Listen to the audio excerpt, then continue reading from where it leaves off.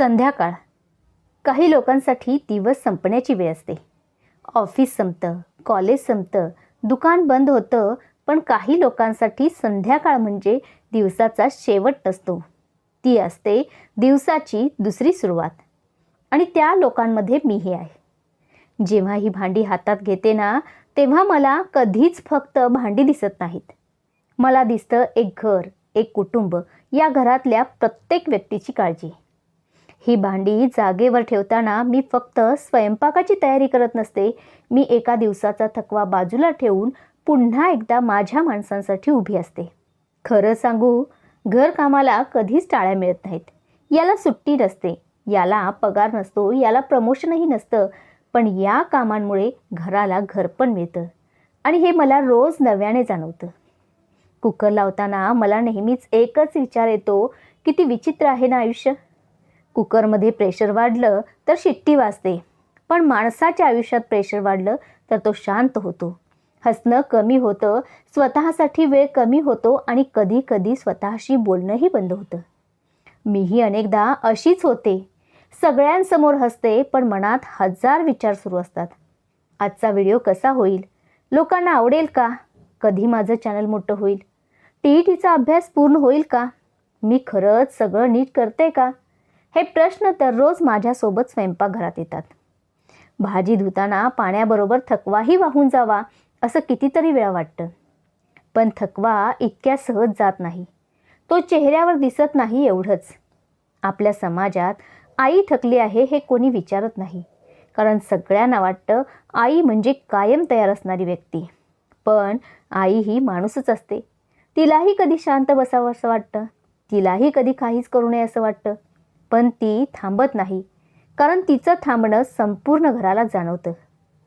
कणिक मळताना मला नेहमी वाटतं आयुष्यही अगदी यासारखंच आहे. सुरुवातीला सगळं विखुरलेलं असतं. पीठ वेगळं, पाणी वेगळं, पण संयमाने दोघांना एकत्र आणलं की त्यातून काहीतरी सुंदर तयार होतं.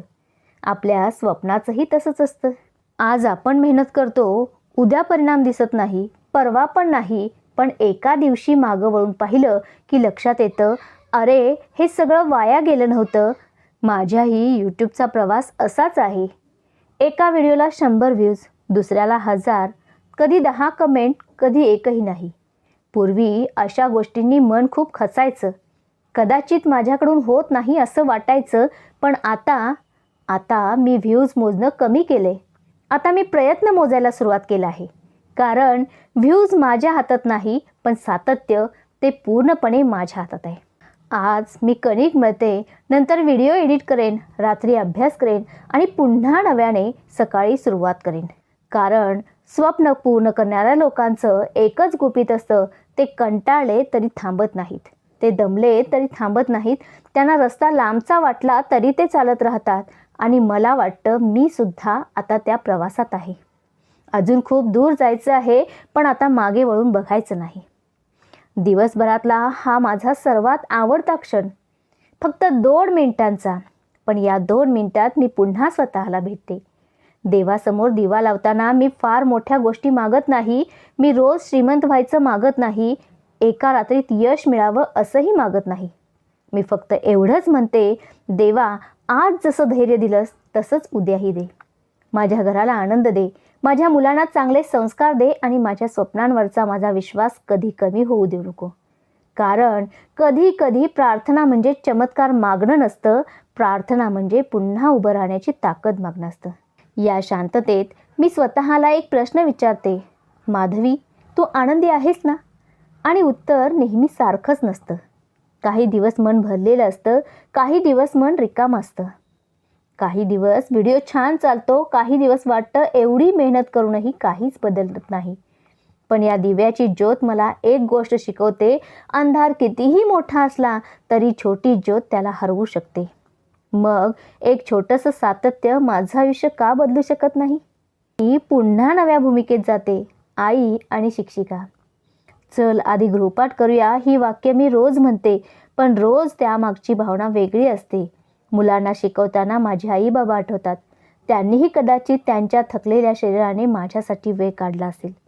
तेव्हा कळत नव्हतं, आज आई झाल्यावर प्रत्येक त्याग समजतो. मी मुलांना फक्त पुस्तकातलं शिकवत नाही, त्यांना संयम शिकवते. चूक झाली तर पुन्हा प्रयत्न करायचा, उत्तर येत नसेल तर हार मानायची नाही. कारण उद्या ते मोठे होतील, ते काय बनतील माहिती नाही, पण ते चांगले माणूस बनावेत हीच माझी सर्वात मोठी इच्छा आहे. पुन्हा किचनमध्ये येते. भाजी चिरताना मला जाणवतं जीवनात काही गोष्टी कापाव्याच लागतात. काही सवयी, काही भीती, काही लोकांची मतं आणि स्वतःबद्दलचे काही चुकीचे समज. कारण जोपर्यंत आपण अनावश्यक गोष्टी सोडत नाही तोपर्यंत नवीन गोष्टींसाठी जागाच तयार होत नाही. गॅसवर भाजी शिजते आणि माझ्या मनात उद्याचं प्लॅनिंग सुरू आहे. उद्या कोणता व्हिडिओ करायचा, टीईटीचा अभ्यास काय करायचा, मुलांच्या शाळेची तयारी, घरची कामं, रेकॉर्डिंग, एडिटिंग. हे सगळं एका दिवसात कसं बसतं? मलाच कधी कधी आश्चर्य वाटतं. आपण स्त्रिया घड्याळ लावून काम करत नाही, आपण मन बघून काम करतो. आणि म्हणूनच कधी कधी आपण स्वतःला खूप मागं ठेवतो. पण आता मी एक गोष्ट शिकते.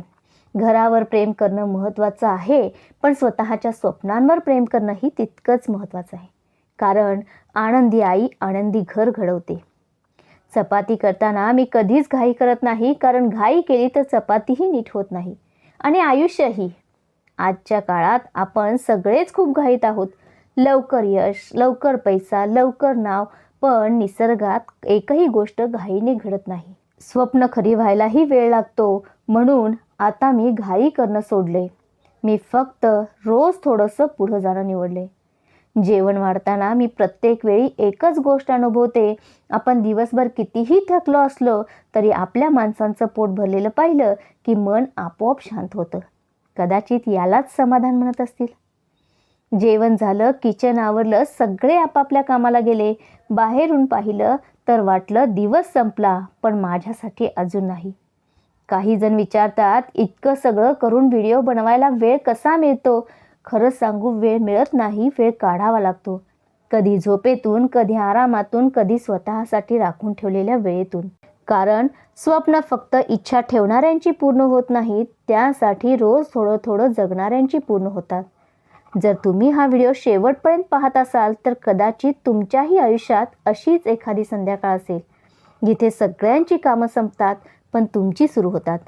कदाचित तुम्ही आई असाल, कदाचित वडील, कदाचित नोकरी करणारे, कदाचित विद्यार्थी किंवा स्वप्नांसाठी शांतपणे झगडणारे. मग एक गोष्ट नक्की लक्षात ठेवा, तुमच्या मेहनतीला कदाचित आज टाळ्या मिळणार नाहीत. तुमची धावपळ सगळ्यांना दिसणारही नाही. काही दिवस तुम्हाला वाटेल मी एवढं करते पण बदल कुठे आहे? पण बदल नेहमी आधी आपल्या सवयींमध्ये होतो, नंतर आपल्या विचारांमध्ये आणि शेवटी आपल्या आयुष्यात. म्हणून आजचं हे साधं वाटणारं संध्याकाळचं रुटीन माझ्यासाठी फक्त घरकाम नाही, ही माझ्या स्वप्नांची पायाभरणी आहे.